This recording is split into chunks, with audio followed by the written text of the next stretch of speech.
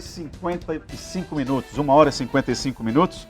Você que ligou a televisão agora, nós estamos conversando sobre meio ambiente, sobre política ambiental e sobre a necessidade do envolvimento de todos os atores sociais para que nós possamos mudar essa cena que está ficando a cada ano mais grave. Isso não é um discurso alarmista, não é um discurso derrotista, é um discurso real, simplesmente isso.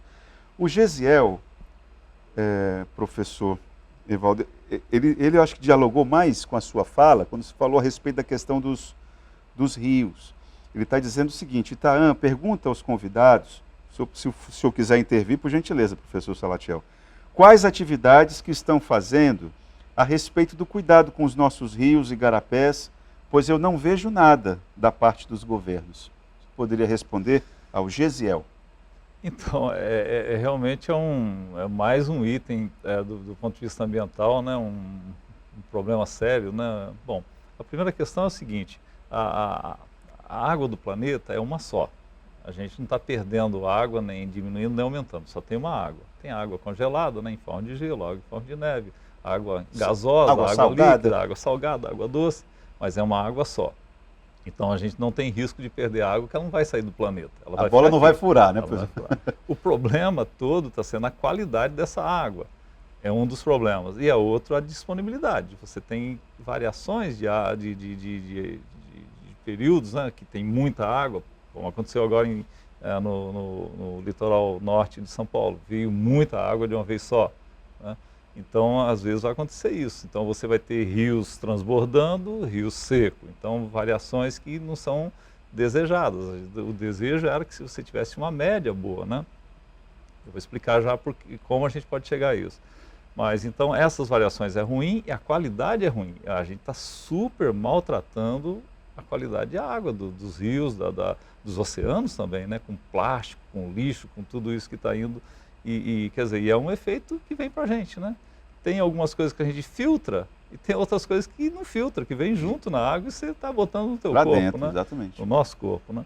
Bom, uma delas é veneno, né? Que se usa na agricultura e tudo. Outra, plástico que vem, microplástico no sangue nosso. Acho que todo ser humano hoje está cheio de microplástico na veia. Bom, mas qual é o problema?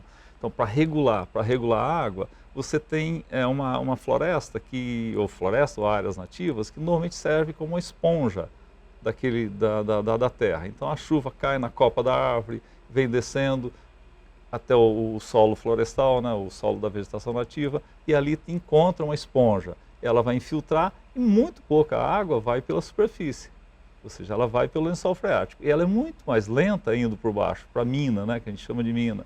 Bom, nesse sentido, você regula, porque a chuva que cai agora, ela demora um tempo para chegar lá na sua nascente, no seu rio. Então você tem uma regulação hidrológica muito melhor. Quando você desmata, ela vai por cima. Então ela cai, ela vai por cima. Às vezes o solo está mais compactado, não tem aquela esponja mais ali, aquela camada de aí folhas é que a água e vai tudo. Mesmo. E vai tudo. E pior, ela não vai sozinha. Ela vai levando. Você estava comentando que você visitou um rio aqui no Rio Acre, alguma coisa assim, né, há pouco, né, e verificou alguma coisa assim, que as matas ciliares, as matas das bordas dos rios foram destruídas, né? Então você tem todo aquele solo, aquela erosão dentro do rio, às vezes dejetos, às vezes um monte de coisa que vai lá. Então o que acontece? Você vai ter muita água no período e pouca água no período seco. Pior, o rio que cabia um volume de água vai caber menos, porque ele está assoreado, ele está cheio de solo, de rejeito ali, né? Então ele vai caber menos. Então o que você vai ter o quê? Vai ter transbordamento. Você vai ter enchentes. Tá? Vai ter enchentes, entendeu? Exatamente. Então assim, a gente tem que fazer isso aí, né? Você tem que fazer medidas, que senão você está causando um problema para todo mundo, né? Tem algum aspecto que o senhor gostaria de destacar em relação a essa questão? Além disso, né, o que acontece quando você tem floresta, você vai ter uma bomba de água, retirando água também do subsolo e colocando umidade, né, no ar. E essa balança energética ela é muito importante, ou seja, quando você joga energia, né, que é a energia solar, né, o sol entrando na floresta, a floresta vai captar em vários estratos. Está captando lá em cima no dossel, como está captando em vários estratos. Quando a gente enxerga aquela diferença de cores de verde numa floresta, desde o verde mais escuro até o mais claro, está mostrando o quê? Como é que está sendo essa captação. né? Então eu estou aproveitando tudo que eu posso de energia que não está sendo transformado em calor. O calor vai roubar a umidade. A floresta mantém a umidade. Quando eu tiro a floresta e coloco qualquer vegetação que não seja florestal de uma única espécie, eu só tenho um tipo de verde. Esse tipo de verde só capta naquela comprimento de onda. E além disso, então, boa parte vai entrar dessa iluminação e não vai ser transformada em energia de matéria orgânica, vai ser transformada em calor.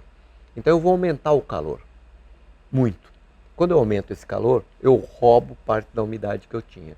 Então, todo esse processo, a floresta está ali mantendo água, você mesmo conversou sobre outra grande indústria que tem no Acre, é a floresta, é a indústria da água, né? Ela exporta água porque ela tem uma indústria de água aqui, que se chama floresta, enorme, né? Quando eu retiro essa indústria daqui, eu prejudico localmente e aquilo que a gente chama de teleconexão, né? Ou seja, aquilo que a gente está enviando de umidade para outros lugares.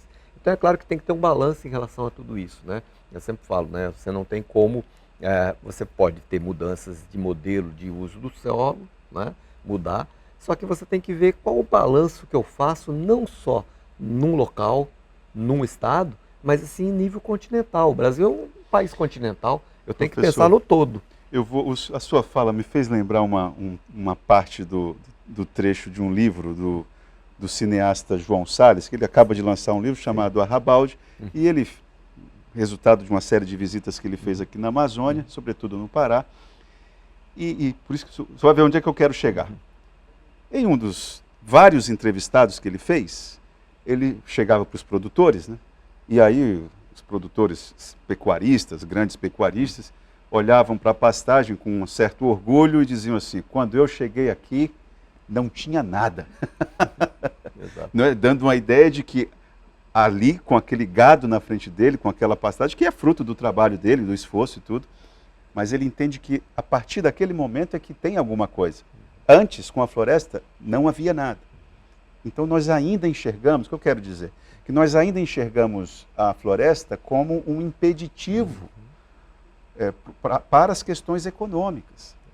Nós ainda não vemos a floresta como um aspecto importante para que se gere renda. Onde eu quero chegar? Eu queria saber do senhor o seguinte, porque muita gente está ali ouvindo e está dizendo: tá, professor, mas e aí, como é que a gente vai tornar essa floresta que eu tenha consequência para o meu bolso? Sim. Que políticas que podem ser feitas? O Acre tem alguma coisa já apontada. O que o senhor destacaria? Não, eu destaco que o Acre já começou esse caminho. Tá? Foi inclusive um dos estados pioneiros nessa questão da bioeconomia. Nem existia a palavra bioeconomia, e o Acre já trabalhou com bioeconomia. Ele já trabalhou com a noção de florestania, que é fantástica, né? A ideia de florestania em vez de cidadania, porque na verdade nós somos seres da floresta, nós viemos da floresta. O senhor sabe que essa palavra foi uma palavra endemonizada nos últimos anos. Infelizmente, infelizmente. Por quê? Porque as pessoas não têm a noção da importância dessa palavra, do quanto ela é importante, né? De quanto esse sentido, esse sair dessa caixinha normal, que as pessoas acham que é normal, que é a nossa caixa da produção, de ser produtivo, parece que floresta não é produtiva. O que eu falei de água, de indústria de água, eu estou falando, ela tem uma produção que vai muito além. Eu, como trabalho com conservação, muitas vezes tem gente que fala assim: olha, mas e você produz o quê? Né? E eu acho graça, porque eu falo assim: olha, a maior parte, 70% do remédio que você toma vem da floresta, vem de áreas naturais, de plantas, animais, fungos, bactérias. Agora, o papel dos governos, professor, eu entendo o senhor, o seu raciocínio e a sua indignação em função das pessoas não compreenderem, mas a questão é: como é que essa indústria tem consequências práticas para a vida das pessoas que estão por aqui? Em primeiro lugar, nós temos que ter políticas públicas, e isso vai ser medido agora. O TCE está exatamente trabalhando com indicadores para medir as questões das políticas públicas. As nossas políticas públicas, elas com certeza têm que ser produtivas. Eu também me alimento, eu também preciso do agronegócio, né? Você está falando que você é de uma geração de agricultores? Exato, sou filho e neto de agricultores, né? Então eu sei exatamente o que é agricultura, conheço perfeitamente como é que ela funciona. O sofrimento, inclusive, do pequeno e médio agricultor, especialmente, né? Ou seja, como é que ele pode se virar e conseguir produzir, sendo que ele tem um pêndulo, né? Um risco enorme sobre a cabeça dele o tempo todo, que é a questão climática, que está se exacerbando. Tem mais essa, ou seja, nós mesmos estamos causando problemas que vão aumentar. Se a gente já tinha risco no passado, e eu me lembro bem há 60 anos atrás ou mais, né? Quais eram os riscos de você produzir, agora está piorando, porque os riscos vão... Basta ver o que está acontecendo com a questão de seguro, tá? No mundo, não só aqui no Brasil. Sim. O seguro que está acontecendo em termos de seguro agrícola. Tá? Por quê? Porque é claro que está com riscos maiores, então é claro que o seguro vai aumentar as questões de segurança. Tá? De qualquer maneira, a bioeconomia que eu falo é como trabalhar a floresta, que ela tem muitos produtos importantíssimos, de excelente qualidade, de alimento, de fibras, de medicamentos, etc., e que a gente utiliza quase nada. O que a gente utiliza da biodiversidade da floresta é isso aqui. Os indígenas, obviamente, utilizam muito mais. Sim. Né? Eles têm um conhecimento muito maior, utilizam praticamente tudo daquele carrefour, vamos dizer, que ele tem da floresta, né? Do mercado que ele tem ali. Nós utilizamos quase nada. Nosso alimento está baseado em 4, 5 itens de toda a alimentação humana. Não tem uma diversidade alimentar, não tem uma série de questões que a floresta está ali nos mostrando e que a pessoa que mora na floresta conhece, e na verdade a gente continua financiando coisas do passado. Né? A gente continua, os bancos, etc., estão financiando a insustentabilidade, se a gente for verificar. Olha só. A gente tem que ter um balanço, porque veja bem, a FAO já mostra que nós temos sobra de alimento no planeta. O nosso problema é político, de querer alimentar as pessoas. Ele não é um problema de alimento. A gente não precisaria abrir mais um palmo de chão para produzir alimento, porque a gente tem alimento suficiente para alimentar toda a população humana. A grande questão é que esse alimento está alimentando, na verdade, as bolsas de valores. Né? Ela está alimentando os subsídios, etc., e não indo até o prato das pessoas que passam fome. Esse é o problema, esse é o primeiro lugar. Professor Heraldo, deixa eu ver se o senhor consegue responder aqui ao Marcos. Obrigado, Marcos, pela sua... você falou... Não, é Itaã. Ele falou Tamara, mas deve ser o corretor lá. O Marcos está dizendo o seguinte, olha, nem esses entrevistados, nem você que é repórter, jornalista, acho que ele quis dizer, falam tanto da biodiversidade da floresta, só que nenhum de vocês come folha, não é? Defender quem trabalha, se não tiver produção, vocês não comem. Vai ver que dá medo de você, de manhã tem as melhores... vai ver que você tem de manhã as melhores comidas, né? Que vem da onde? Não é de folha seca que vocês comem. Queria que o senhor entendesse, professor Heraldo, a dificuldade. Nós acabamos, inclusive o senhor mesmo, falou a respeito de que nós... É uma coisa só, que não há mais essa divisão entre produção e os biólogos. Não, está todo mundo no mesmo barco, Marcos. Mas há uma dificuldade de se entender isso, professor. Eu queria que o senhor percebesse a gravidade da situação. O Marcos, né? Obrigado, Marcos, pela sua colocação. Acho que é bem provocante. É importante, assim, né? É importante, porque é isso, né? A gente fala em meio ambiente tudo, mas, no entanto, às vezes não abre mão da nossa condição de vida, né? Eu também sou de origem, meu pai era produtor, faleceu agora em 2020, ele era produtor rural também, pequeno, sempre viveu da agricultura, né? E morava em Rondônia.